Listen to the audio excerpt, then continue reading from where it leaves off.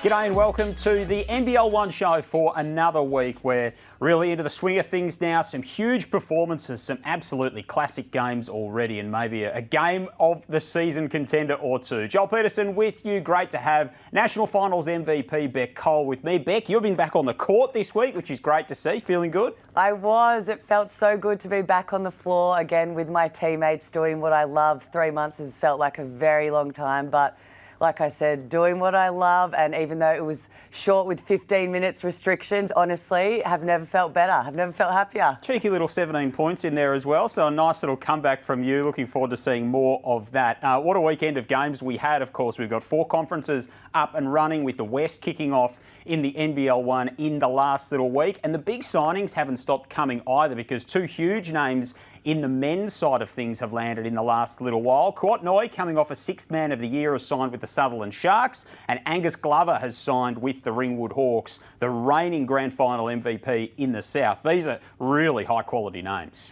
This is massive. Like we said, Noy has come off being 6th Man of the Year. He is huge. He shoots the shot like there's no tomorrow. He's a scorer's mentality. He's so aggressive. The Sharks are going to be one happy team knowing that they have him on their roster. And then you have Glover.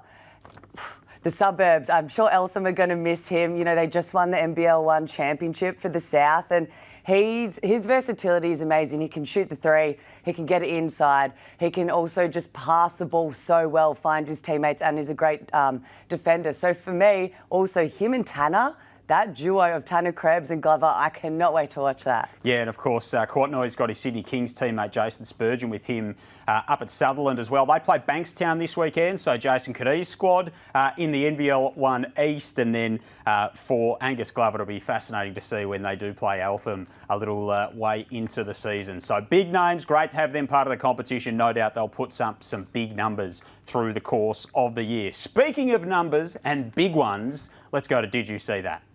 Well, there was a massive performance out in the NBL1 West from one of the biggest names in the competition, WNBL MVP, an Olympian with our 3x3 squad, Annalie Maley, returned to the court. And Beck, this line is insane. 29 points, 30 rebounds, 10 assists. She was 14 of 21. She had 14 boards.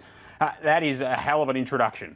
It sure is. And Maley is known for her rebounding. And what is so outstanding is 29 points is already huge, let alone you go one more with 30 rebounds. So she's going to have a great time in the West. She's preparing to go to the LA Sparks for WNBA training camp as well. So she's just going to be building with confidence. Coming off 3x3 really helped her game as well. So how important is that when you've got that WNBA opportunity in front of you, going into a training camp?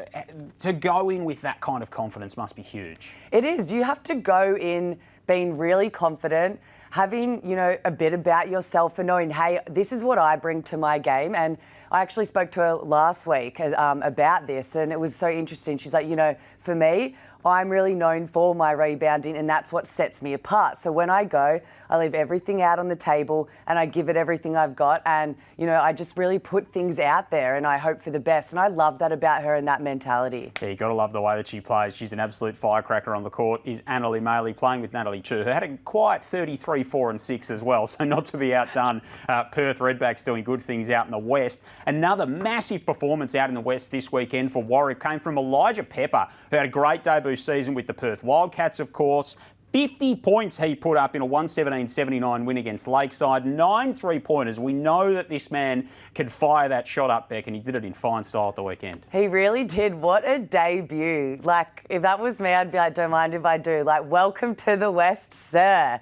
It was, and it just looks so easy. He's so, like, smooth with everything that he does. And like you said, those threes were just draining. Yeah, he's magnificent to watch, Elijah Pepper. He hit some big shots for the Perth Wildcats at different times throughout the course of the season, and he is going to be something really fun. We'll talk about one of his teammates, Todd Withers, in a little while as well. They're a really dynamic duo out west at Warwick.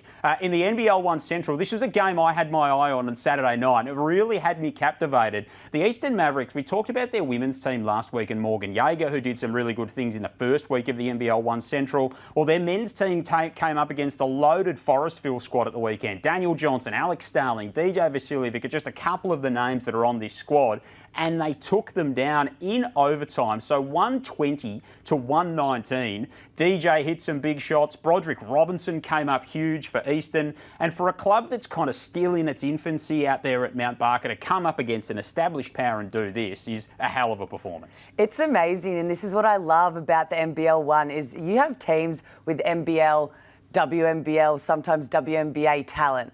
Then you have these people who are coming from overseas that are trying to get their shot here, and they're putting up games like this. Like, this is what we want to see. It's amazing. And going into OT, Broderick Robinson was elite all game. That mid-range jumper was firing, and I think he had 9 3-pointers as well. So must have been the weekend for draining threes. Yeah, absolutely. And nice to see DJ winding the clock back too with a nice move and a big jam in that game as well. So a massive win for them in the NBL1 Central.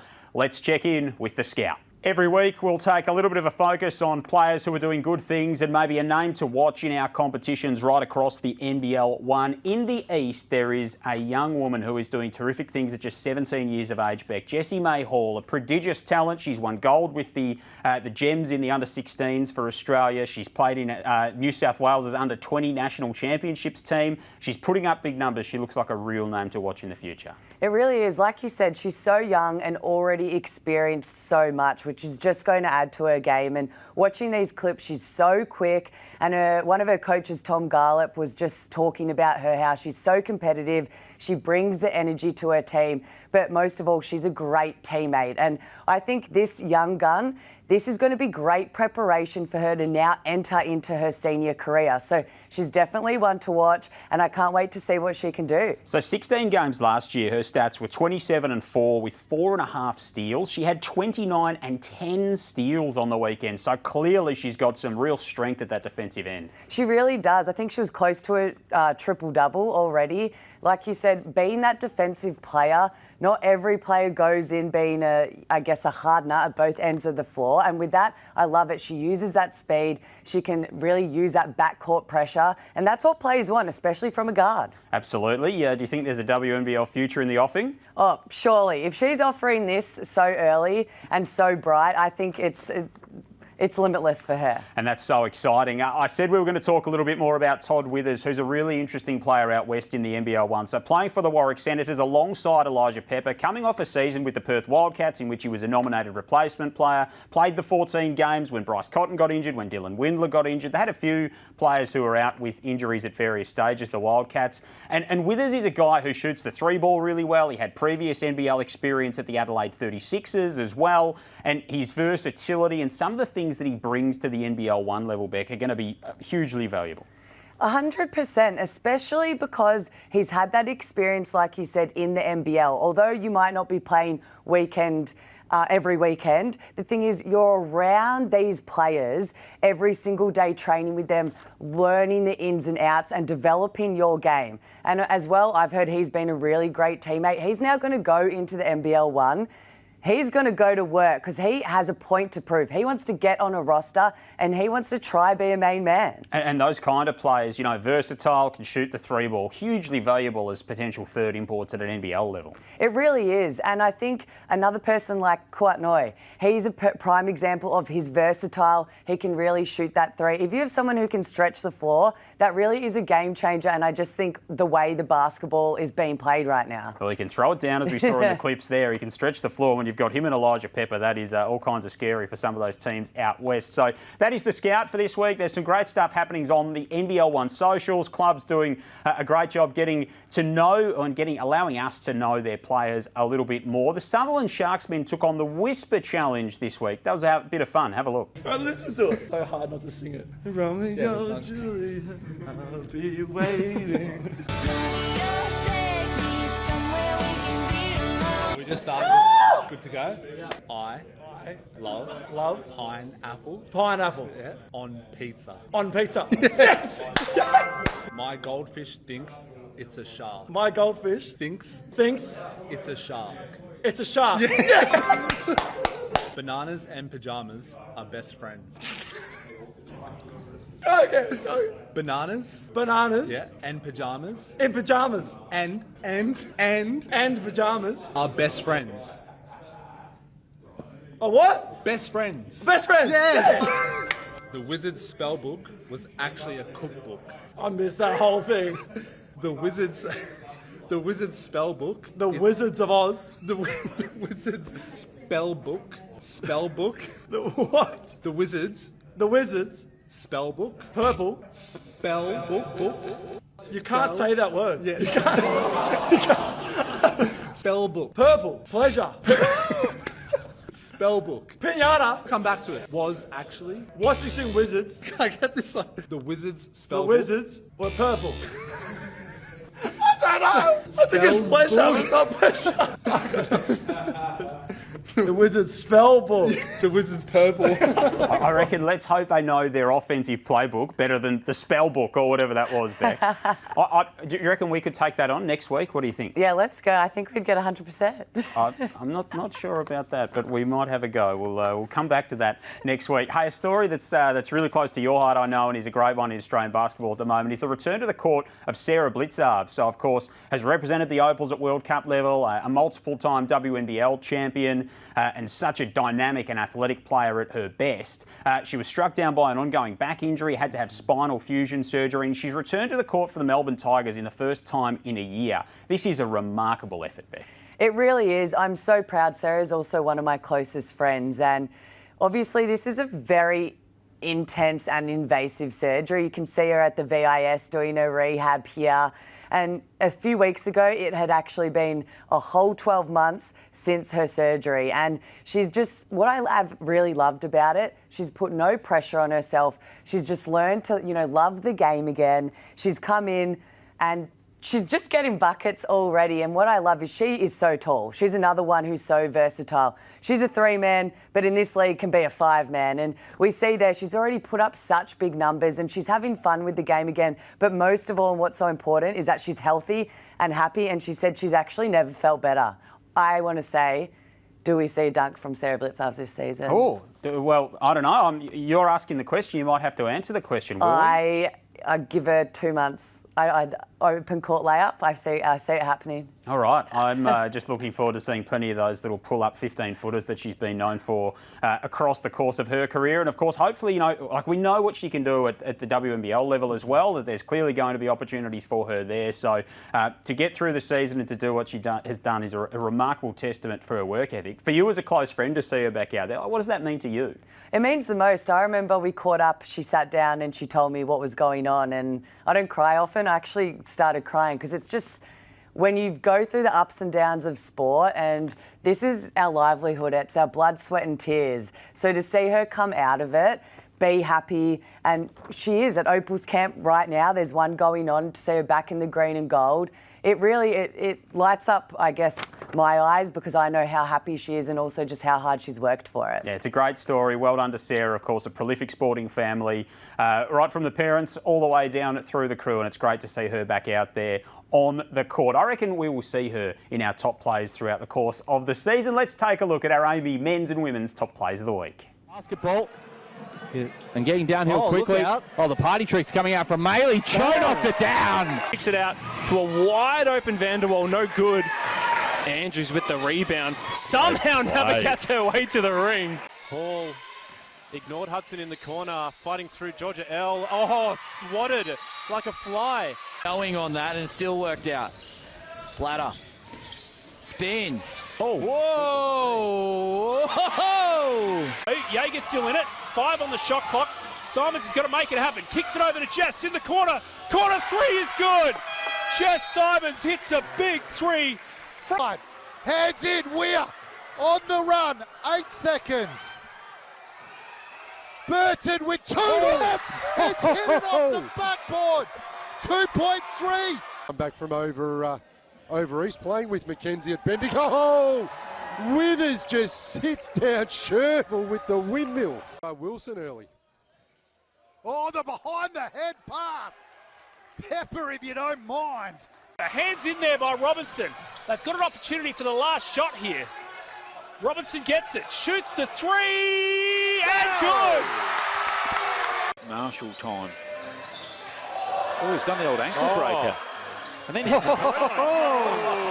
guy's not going to watch that. Oh! finish the quarter if you don't mind.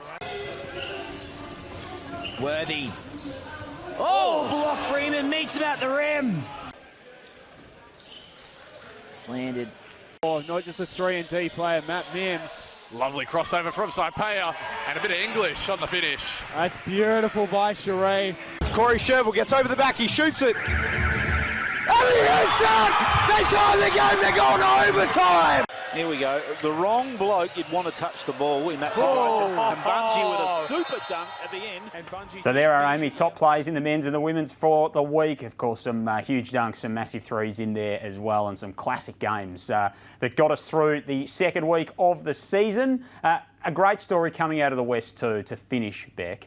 A 52-game losing streak was snapped by the Southwest Slammers over the course of the weekend. So May 21, 2002 was the last time that the team from Bunbury tasted success in the women's part of the NBL1 West. They had lost 93 of 94 if you go back a little bit further than that. And the celebrations were absolutely wild after their win, and rightly so. That's a great achievement. I wouldn't have been surprised if they celebrated this like a championship, because what it would have meant to the girls, the coaching staff, also the community, is it will give some competitiveness back in them, some confidence, and hopefully light a spark to know, hey guys, we can get another dub. Yeah, I reckon the locker room would have been a little bit of fun after that. What do you think the vibe would have been like? Would you have been in there getting the troops ready in the locker room after a 52-game losing streak?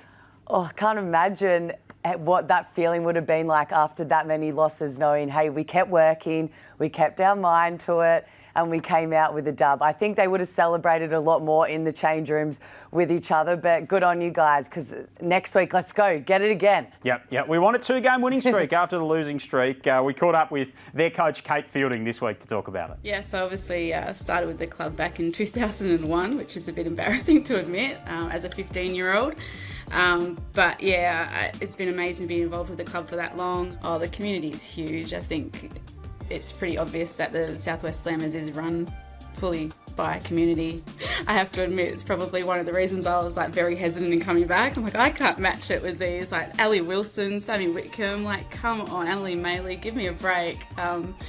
But it's unreal. It's like the calibre of the competition right now is just amazing, and it's definitely, while I was hesitant to come back because of those players, it was also a reason why I wanted to come back. You know, it's changed so much since 2001 when I started playing. Saturday night, man, like it was actually quite emotional, like for someone like me who's been involved with the club for so long but hadn't been there for a few years, to be able to come back and be part of that.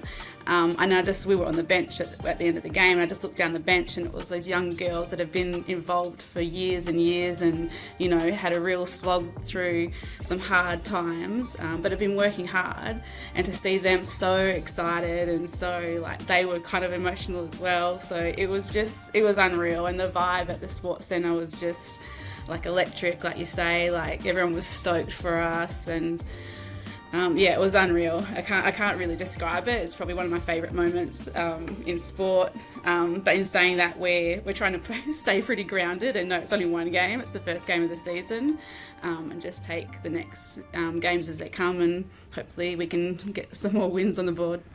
So a great story out west. Well done to the Southwest Slammers, and hopefully more wins to come. That's all we've got on the NBL1 show for this week, Beck. Great to see you. Great to see you back on the court. Good luck for the weekend. Thank you so much. Look forward to seeing you next week. Thanks for your company as well. Enjoy your KO Game of the Week.